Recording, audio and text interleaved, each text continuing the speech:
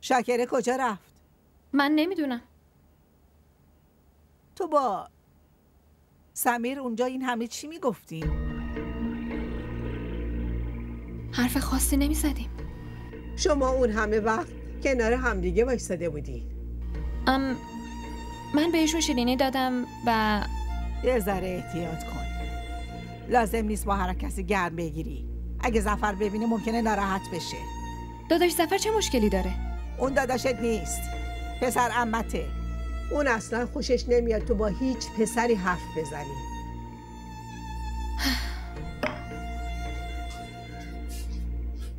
بفرما. تو رو خدا رفتارشو ببین. من میگم اقبال، فردا تو عروسی فریحه نامزدی ظفر و نیلم هم اعلام کنیم. یه لحظه، اینجا چرا حرف ازدواج نیلم داره زده میشه؟ خب چرا نشه؟ من که سالهاست آرزو دارم نیلم و ظفر با هم ازدواج کنن. اقبال تو بگو نظر تو چیه؟ آبجی اینو باید از منور و نسرین بپرسیم. پدر مادرش اینان. اما بزرگشون ماییم مگه نه؟ تصمیم هم ما باید بگیریم. تو عموی بزرگشی، منم عمه بزرگ دخترم. آره این که درسته، اما خب دیگه درسته. ما فردا من این وصلت رو قبول ندارم آبجی. تو ساکت باش. داداش اقبال هست، خودش میگه. این موضوع زندگی دختر منه. شما توی این موضوع نمیتونید ساکتم کنین. من این وصلت رو قبول ندارم. چرا این وصلت رو قبول نداری؟ مگه ظفر من چه عیبی داره ها؟ خوش بر رو نیست؟ تحصیل کرده نیست؟ مشکل چیه؟ در حقیقت مشکل اینه که دایی نیلم برای پسرش عادل نیلم خواستگاری کرده. شما مگه میخواین از منور بپرسین؟ ما فقط منتظر بودیم که نیلم به زودی درساشو تموم بکنه. موضوع به این بزرگی و خودتون تصمیم گرفتین؟ با بزرگای خونه هم مشورت نکردین؟ دیدی اقبال؟ ما پیش اینا یه ذره ارزش نداریم. نسرین، منور، شما که حداقل باید به ما میگفتین. داداش اقبال، منتظر فرصت مناسب بودیم تا بهتون بگیم. اما خب امروز آبجی فردوس حرفشو پیش کشید. واسه همین نسرین هم اینا گفت. آیا شما به فرهان واسه ازدواج عادل و نیلام بله رو دادین؟ بله داداش اقبال، تا یه حدی بله رو گفتیم.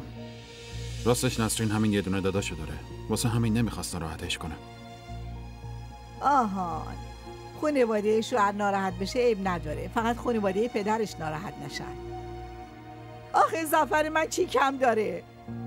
این چه حرفیه میزنین آبجی؟ ظفر هیچی کم نداره. ولی خب چیکار کنیم؟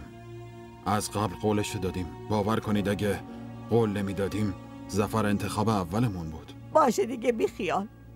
تو بیشتر از خواهرت برادر زنتو دوست داشتی. اقبال تو یه چیزی بگو، اینا دارن آرزوهای منو نابود میکنن. آبجی من چی میتونم بگم؟ هیچی دست من نیست. آبجی من واقعا شرمنده‌تونم. شرمندگی دیگه فایده ای نداره، ولش کن.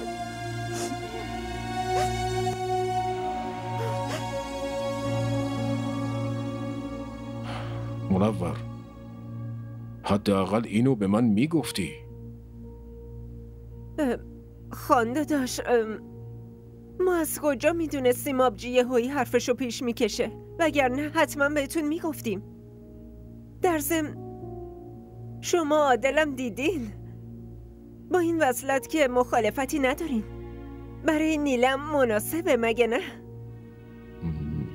پسر خوبیه. اگه شما دوتا راضیید من چی میتونم بگم؟